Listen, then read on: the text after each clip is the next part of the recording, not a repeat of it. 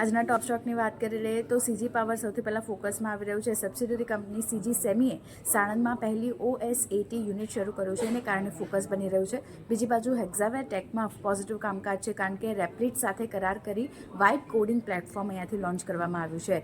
Lemon tree hotel પણ ફોકસમાં છે. દહેરાદૂનના મોહકપુરમાં 98 રૂમવાળી properties માટે અહીંયાથી કરાર કરવામાં આવ્યા છે, એટલે ફોકસ અહીંયા બની રહ્યું છે.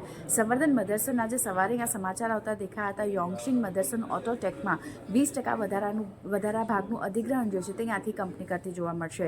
બીજી બાજુ ટીવીએસ મોટરની વાત કરી લઈએ તો નવી ઇલેક્ટ્રિક સ્કૂટર ઓર્બિટર લોન્ચ કરવામાં આવી છે, અને કારણે ફોકસ બનતું દેખાઈ રહ્યું છે. પણ જો સામે M&M, NTPC, ઇન્ફોસિસ, ટાઇટન જેવા શેર્સમાં એક નફા વસૂલી આપણને બનતી દેખાઈ રહી છે.